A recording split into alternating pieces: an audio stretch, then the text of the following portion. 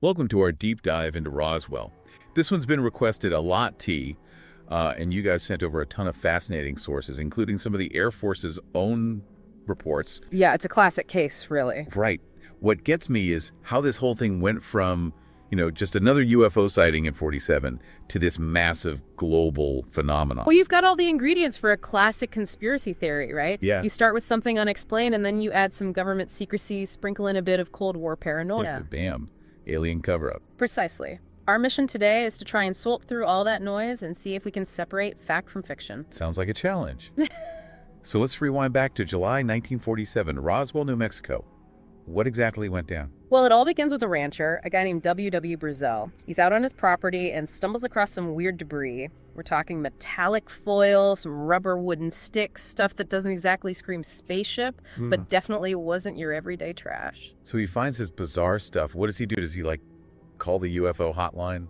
Well, back then, UFO hotline wasn't exactly a thing. Right. But Brazel did what any reasonable person would do. He reported it to the sheriff. Okay, makes sense. And the sheriff, equally puzzled, calls in the big guns, the folks at the Roswell Army Airfield. All right, so now the military's involved.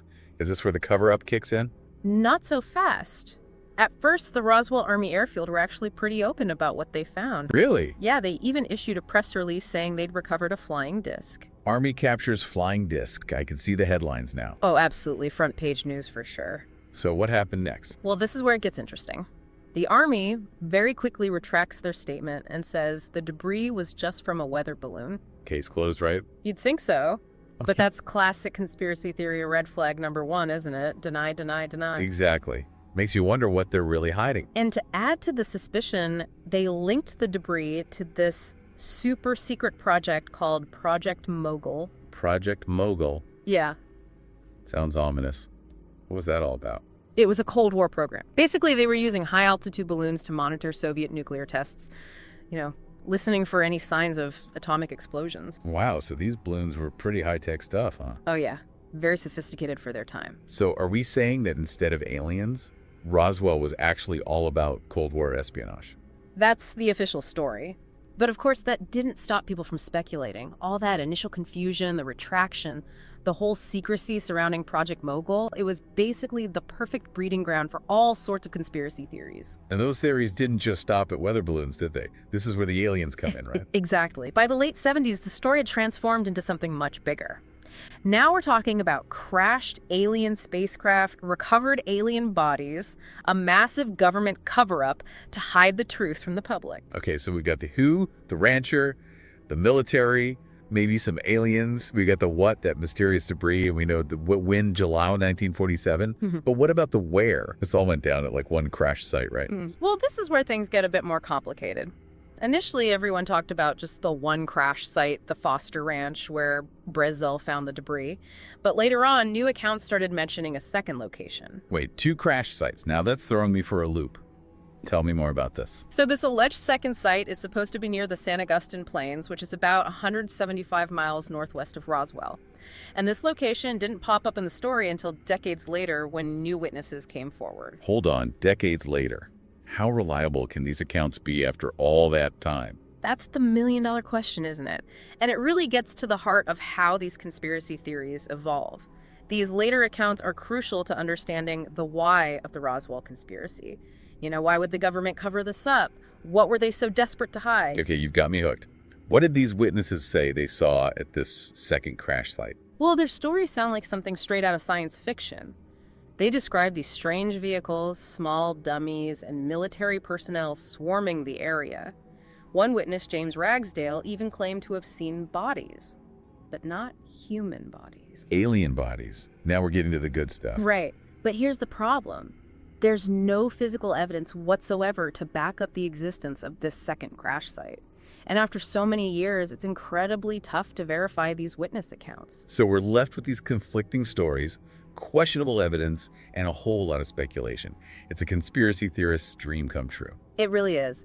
And it reminds us that sometimes the most powerful stories are the ones that leave us with more questions than answers. Well said. Yeah. Okay, so we set the stage. The initial event, conflicting accounts, whispers of a cover-up. But we're just scratching the surface, right? Oh yeah, there's a lot more to unpack. All right, you've got me on the edge of my seat. Let's keep digging and see what other mysteries we can uncover in this Roswell deep dive. Sounds good to me. Let's get into it. So let's get back to those alien bodies for a minute.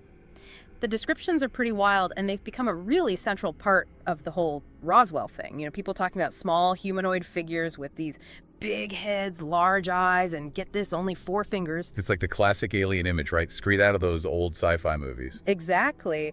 But what's interesting is that the Air Force actually offered an explanation for those sightings, and it all goes back to those high-altitude research programs we talked about. The balloons again. How can a balloon explain seeing an alien? Okay, so picture this. It's the early 1950s. The Air Force is running all these experiments, and they're using these things called anthropomorphic dummies. Anthropomorphic dummies. What are those, like crash test dummies or something? Basically, yeah. But they're designed to mimic human reactions to high altitudes and extreme G-forces. So they were launching dummies into space? Is that what we're saying? Pretty much. And here's the thing. These dummies weren't exactly anatomically correct. You know, they often had small bodies, large heads, very simplified features. Some of them even had just 4 fingers, starting to sound familiar. Hold on. Are you saying those aliens people thought they saw were actually just dummies dropped from balloons? It's a theory that the Air Force looked into very seriously. And here's where it gets even weirder. Some of these dummies were actually lost during testing. They basically disappeared into the desert. So imagine you're out in the middle of nowhere and you stumble across one of these things years later. I could see how someone might think they'd found an alien. Exactly. And the report even mentions this specific type of dummy called the Sierra Sam dummy. Sierra Sam. Yep. Yeah. And guess what? Sierra Sam dummies had this really distinctive pale white skin tone. Wow. So a kid sees a strange white figure being wheeled around in the hospital, and suddenly it's an alien encounter. It's amazing how our minds can play tricks on us. It really is. Yeah.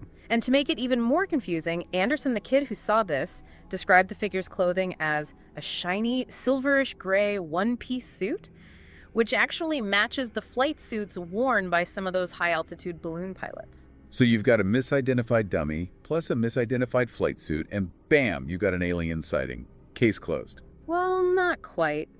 There's another story about an alien at the hospital, and this one's even stranger. It involves a pretty big name in the Air Force's high-altitude research program, a guy named Major John Stapp. Wasn't he that aerospace medicine pioneer? The guy who rode that rocket sled to see how G-forces affect the human body? That's him. Stapp was a legend known for those crazy experiments he did. And it turns out he was stationed at Holloman Air Force Base, which is the same base where they launched a lot of these high-altitude balloon experiments from. Okay, so he's definitely connected to this research. Yeah. But how does he fit into the alien at the hospital thing? Did he see a little green man too? Not exactly, but his story is almost too perfect for the whole Roswell thing. One day, this woman brings her young son to Stapp's office, and she's all freaked out, saying her kid saw something really strange at the Roswell hospital. Okay, so I'm picturing a frantic mom, a scared kid. Oh, wow. Did the kid see an alien autopsy or something? Nope. The kid had seen John Stapp. Wait, what? He saw John Stapp, the famous rocket scientist, and thought he was an alien. Exactly. Apparently, Stapp was walking through the hospital in his flight suit and helmet when the boys spotted him.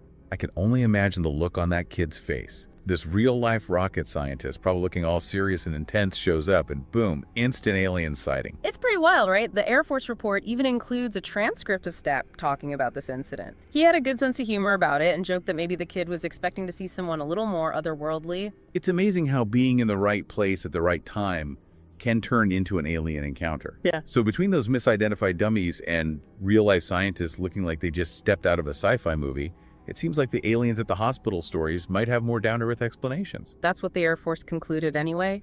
But these stories are such a good example of how what we expect to see, especially when it's mixed with cultural fears and fascinations, can influence what we actually think we're seeing. It's not just about the evidence. It's about the whole context, the mindset, the stories we already believe. It's really fascinating how that all plays into it, and Roswell is the perfect example. Exactly. And even if we buy the Air Force's explanations, the Roswell incident still raises some really interesting questions. Questions about government secrecy, the influence of the media, how reliable our memories are, and of course that age-old fascination with the idea of life beyond Earth. It's a story that just keeps drawing us in, sparking debate, and reminding us that sometimes the most captivating mysteries are the ones that stay unsolved. Well put. So maybe we should move on now to another intriguing piece of the Roswell puzzle. Those accounts from people who claim to have actually seen an alien being at the Roswell AAF hospital. All right, let's hear it. I'm ready for some close encounters. Well, one of the most interesting accounts comes from a man named Gerald Anderson. He says that when he was just a kid, like 5 years old, he was at the Roswell AAF hospital with his family. A 5-year-old having an alien encounter. That's wild. What did he say he saw? Anderson described seeing this creature being wheeled down a hallway. He said it was about 4 feet tall, and its skin was as white as a sheet. Okay, pretty standard alien description so far. Anything else that stood out? Yeah, he also said it had a big head, no hair, and was wearing what he called a one-piece suit, a shiny silverish gray color. So like a classic gray alien.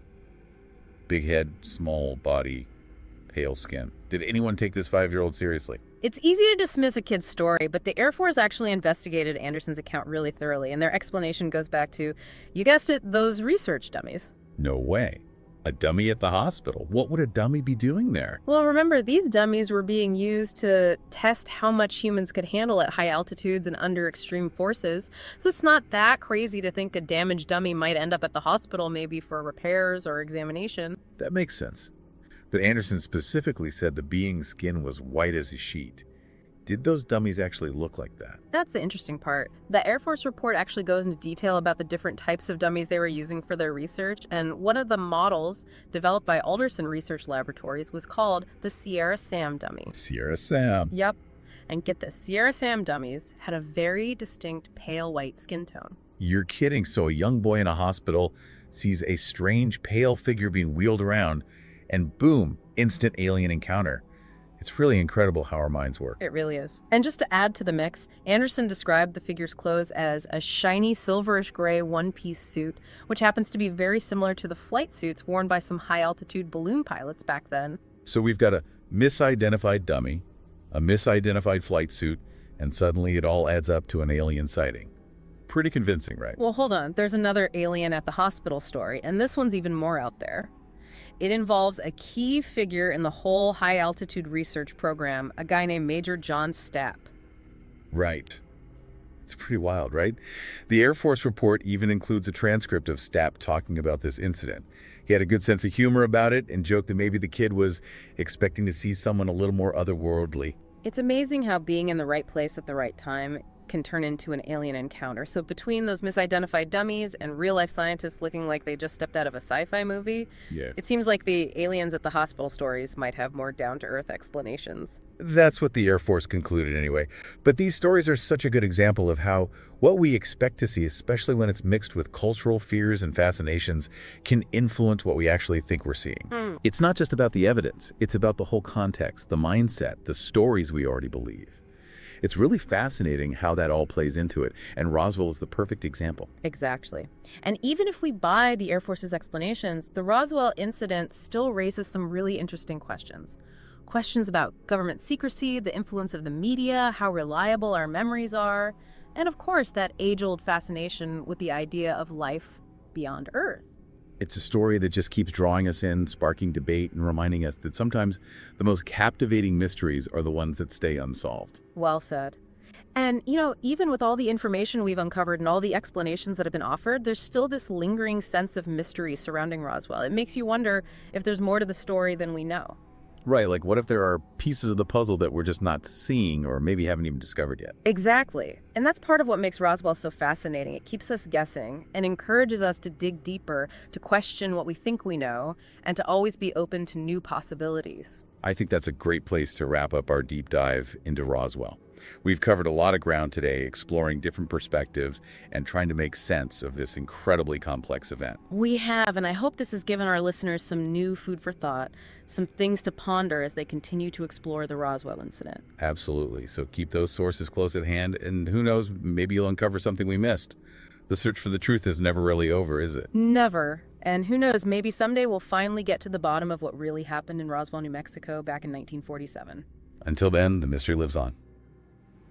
Thanks for joining us on this Roswell Deep Dive.